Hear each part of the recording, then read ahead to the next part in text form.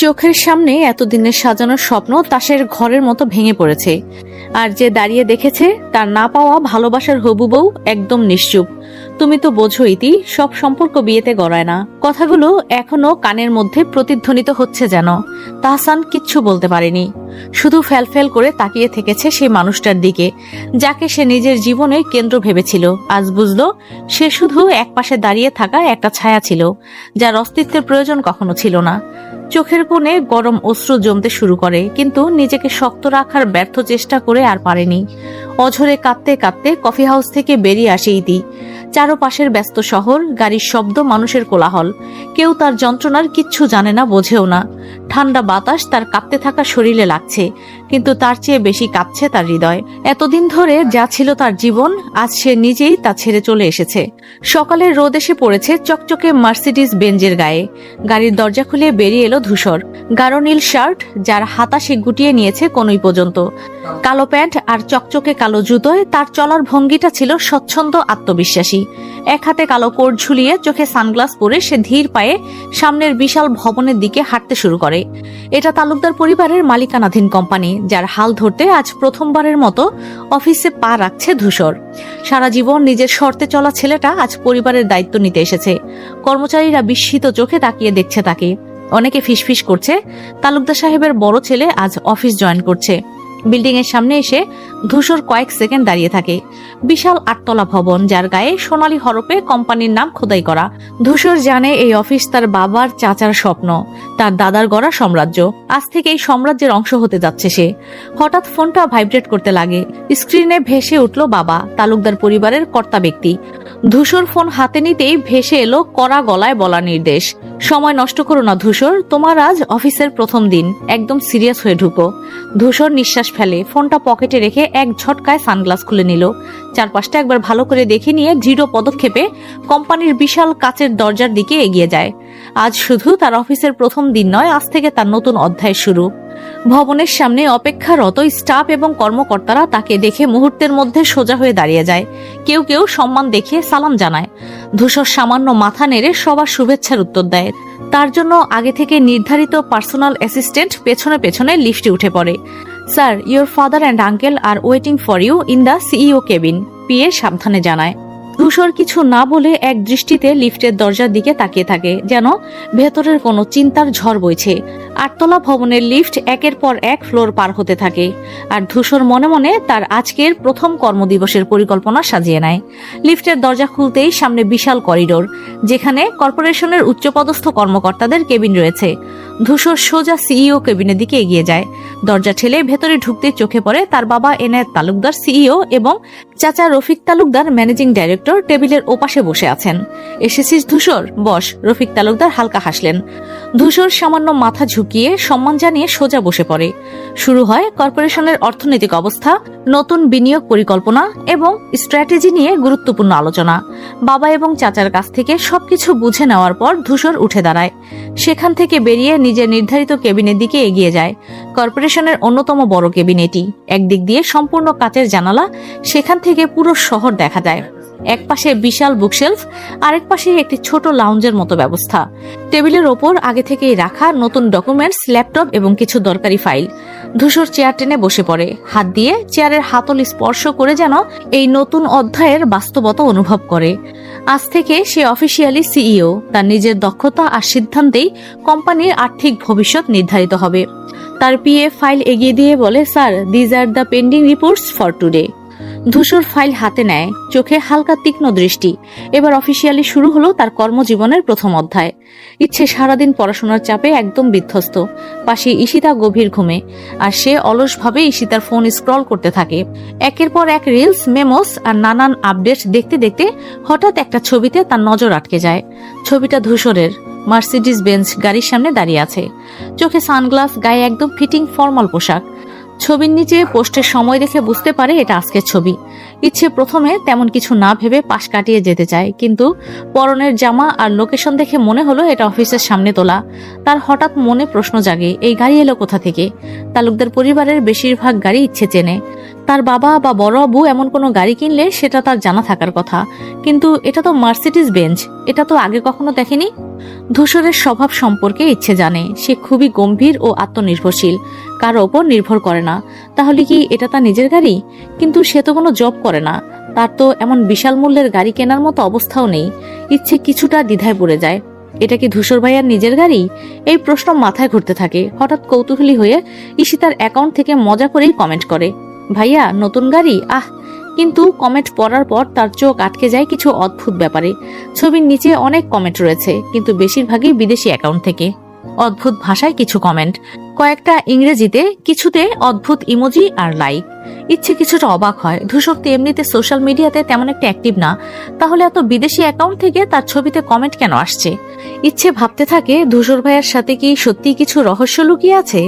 ইচ্ছে কমেন্ট করে ঘুমিয়ে পড়ে। সারাদিনের ক্লান্তি তার চোখে মুখে স্পষ্ট।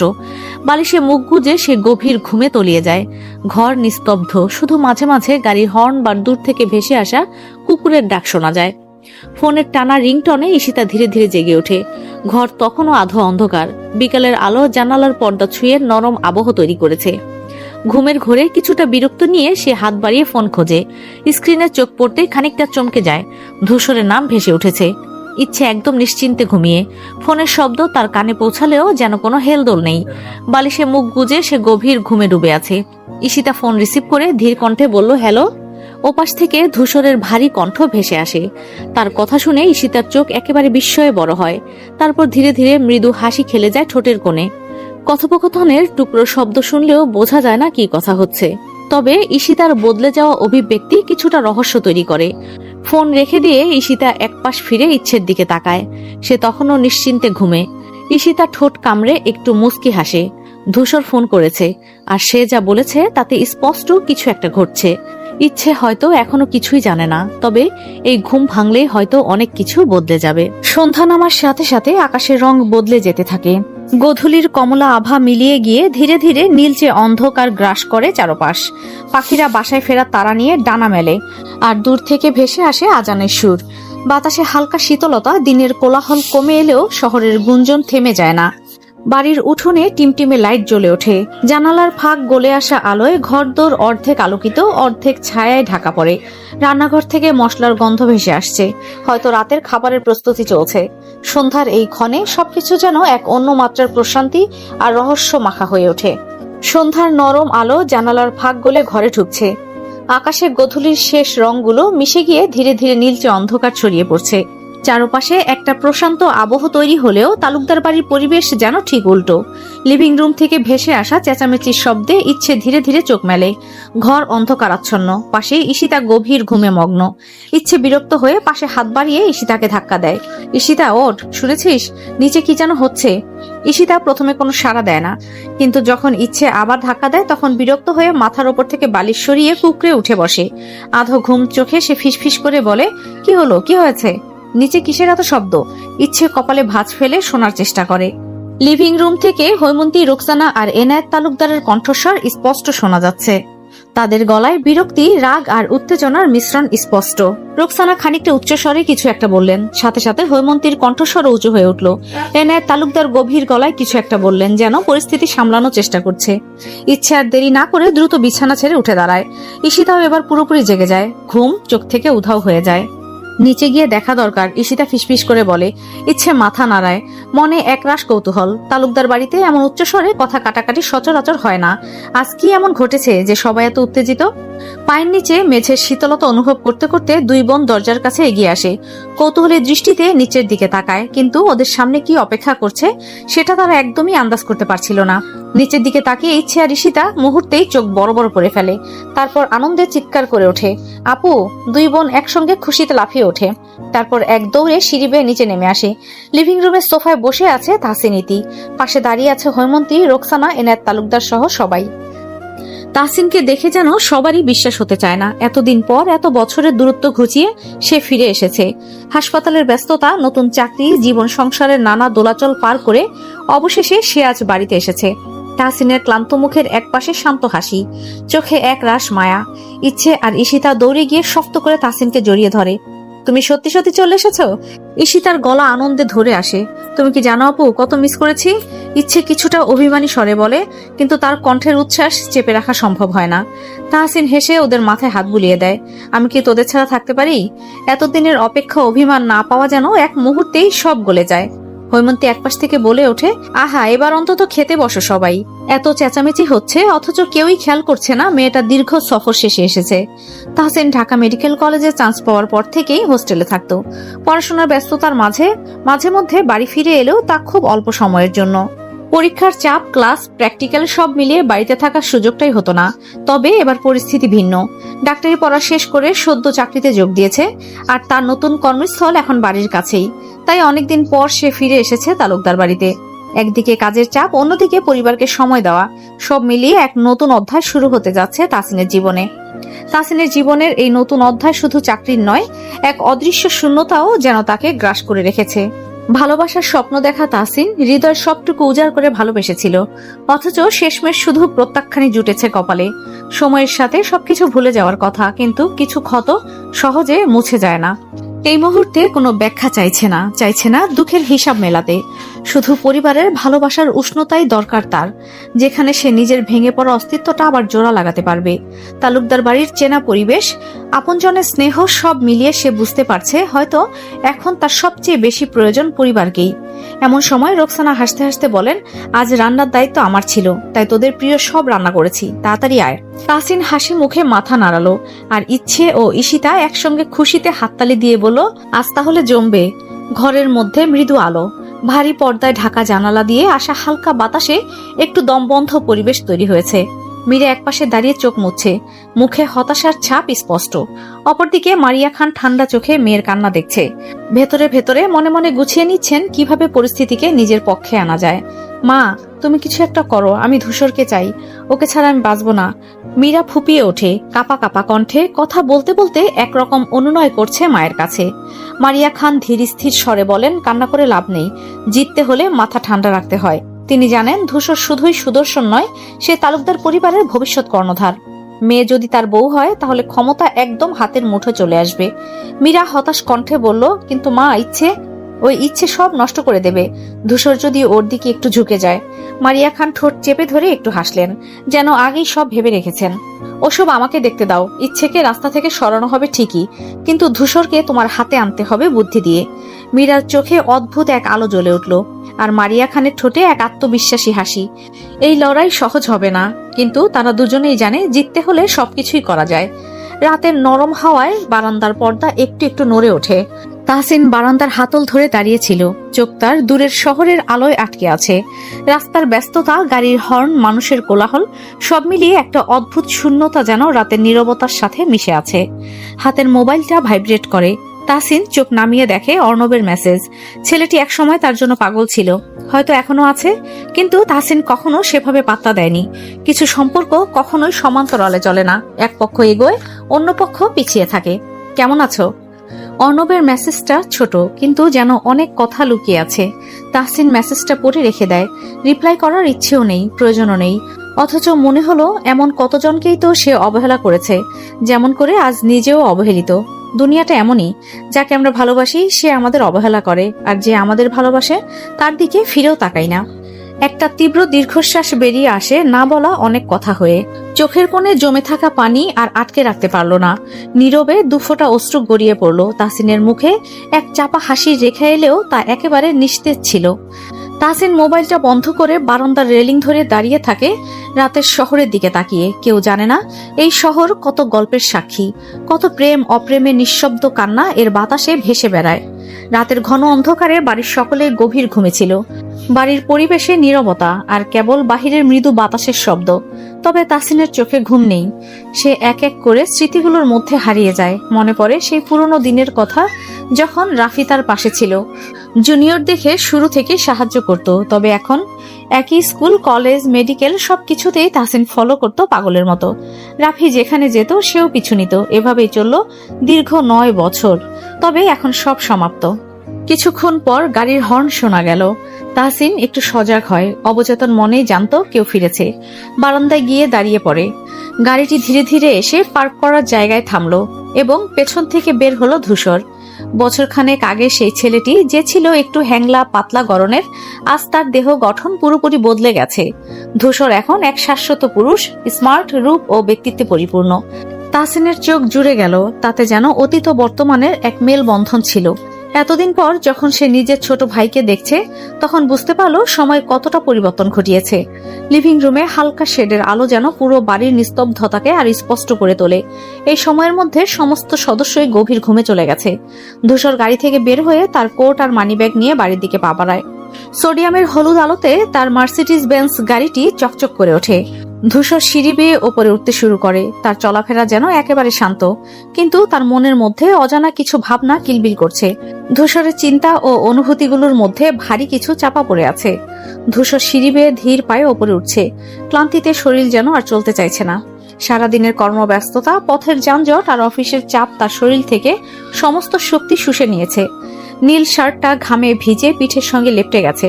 গলার কাছেও ভেজা দাগ, হাতা গুটিয়ে রাখলেও তাতেও কিছুটা ভিজে গেছে। কাঁধের কাছে শার্টের কাপড়টা যেন চিপে ধরলেই ঘাম গড়িয়ে পড়বে। ধূসর নিজের ঘরের সামনে এসে পৌঁছানোর আগেই সে টের পায় কে যেন তার সামনে দাঁড়িয়ে আছে। তাহসিন, তার বোন, দরজা খুলে দাঁড়িয়ে। ধূসর কিছু বলার আগেই তাহসিন তার চিন্তা জানিয়ে দেয়। ফ্রেশ হয়ে খাবার নিয়ে ওনার ঘরে যান, উনি এখনো কিছু খায়নি। তাহসিনের কণ্ঠে এমন একটা আদেশ ছিল যা ধূসরকে থামিয়ে দেয়। সে কিছু না বলে মুচকি হেসে মাথা ঝুঁকিয়ে ঘরে ঢুকে যায়। এক হাতে মানিব্যাগ আর কোট ধরে সে নিজের রুমের দিকে এগিয়ে যায়। দরজা ঠেলে ঢোকে, কোটটা চেয়ারের উপর ছুঁড়ে ফেলে দেয়। তারপর হাত দিয়ে চুল এলোমেলো করে আয়নার সামনে দাঁড়ায়। মুখটা ক্লান্তিতে ম্লান হয়ে গেছে, চোখের নিচে হালকা কালি পড়েছে। সে একবার শার্টের কলার ধরে টান মেরে কিছুটা ঢিলে করে নেয়, যেন একটু স্বস্তি পায়। তারপর বোতাম খুলতে খুলতে ওয়াশরুমের দিকে এগিয়ে যায়। শীতল পানির স্পর্শে এক গাদা ক্লান্তি ধুয়ে যেতে থাকে, কিন্তু মাথার মধ্যে জমে থাকা হাজারটা চিন্তা ধুয়ে যাচ্ছে কি? কিছুক্ষণ পর ধূসর ফ্রেশ হয়ে ট্রাউজার ও টি শার্ট পরে রান্নাঘরে চলে আসে। ফ্রিজ থেকে খাবার বের করে গরম করে নেয়। তারপর সিঁড়ি বেয়ে ইচ্ছের ঘরের দিকে রওনা দেয়। দরজায় এসে নক করে, কিন্তু ভেতর থেকে কোনো সারা শব্দ না পেয়ে সে ধীরে ধীরে দরজা ঠেলে ভেতরে ঢুকে পড়ে। ঘরটিতে নীরবতা বিরাজ করছে। এক কোনায় পড়ার টেবিলে ইচ্ছে ঘুমিয়ে আছে। তার মাথা টেবিলের উপর রাখা বইয়ের মাঝে ঠাঁই নিয়েছে। তার হাতে একটা কলম ফেলে রাখা। মনে হয় লেখার মাঝেই সে নিজের ক্লান্তির কারণে ঘুমিয়ে পড়েছে। ধূসর চুপচাপ তার দিকে এগিয়ে যায়। তার মুখে একটা মৃদু হাসি ফুটে ওঠে। ধূসর মৃদু হাসি দিয়ে খুব ধীরে ধীরে ইচ্ছের হাত থেকে কলম তুলে নেয়, যেন কোনো রকম শব্দ না হয়। তারপর সে ইচ্ছের পাশে দাঁড়িয়ে একটু সময় কাটায়, চোখে চোখ রেখে, যেন তার মধ্যে কিছু অনুভূতি ছিল যা সে বুঝতে চাইছে। বিভিন্ন চিন্তা একে একে ধূসরকে ঘিরে ফেলছে, তবে সে কোনো কিছু প্রকাশ করে না, শুধু ইচ্ছের শান্ত চেহারার দিকে তাকিয়ে থাকে।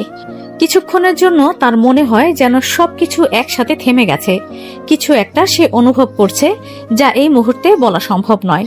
কিছুক্ষণ বাদে ইচ্ছেকে আস্তে আস্তে ধূসর ডাকতে থাকে, ইচ্ছে ওঠো, খাবার ঠান্ডা হয়ে যাচ্ছে। ধূসরের কণ্ঠে কোনো ধরনের তাগিদ ছিল না, তবে ইচ্ছে যেন তার ডাক শুনে একটু ধীরে ধীরে উঠে বসে। তার চোখের কোণে ঘুমের লেশ, চুল এলোমেলো, মুখে মৃদু এক ধরনের অলস ভাব। এমন সময় নিজের ঘরে ধূসরকে দেখে ইচ্ছে অবাক হয়ে কিছুক্ষণ তাকিয়ে থাকে। চোখে একটা অস্বস্তি ছিল, যেন কোনো কিছু বুঝতে পারছে না। ধূসর তার দিকে তাকিয়ে রেগে না গিয়ে বরং একটু কোমল ভাবেই বলে, দ্রুত ফ্রেশ হয়ে এসো, এখানে থাকতে হবে না, খাবার খেতে হবে। ইচ্ছে ধীরে ধীরে মাথা নিচু করে ওঠে এবং ধূসরকে অবাক করা এক মৃদু হাসি দেয়। ধূসর বসে খাবার হাতে, তবে ইচ্ছে বুঝতে পারে না তার এই অভিব্যক্তির মধ্যে কি ছিল। ইচ্ছে ফ্রেশ হয়ে ঘর থেকে বের হয়। মুখের ওপর তখনও পানির কয়েকটি ফোঁটা চিকচিক করছে। টাওয়েল দিয়ে হাত মুখ মুছতে মুছতে সে ধীর পায়ে এগিয়ে আসে। ধূসর তখন টেবিলের এক পাশে বসে গ্লাসে পানি ঢালছিল, কিন্তু ইচ্ছে বের হতেই তার হাত থমকে যায়। নরম হালকা ভেজা চুল কাঁধ ছুঁয়ে আছে, আর ফোলা ফোলা মুখটা যেন ক্লান্তির ছাপ বহন করছে। ধূসর চোখ নামিয়ে নেয়, কিন্তু এক মুহূর্ত পর আবারও তাকায়। ইচ্ছে ধূসরকে এক দৃষ্টিতে তাকিয়ে দেখে, যেন তার কথাগুলো পুরোপুরি বোঝার চেষ্টা করছে।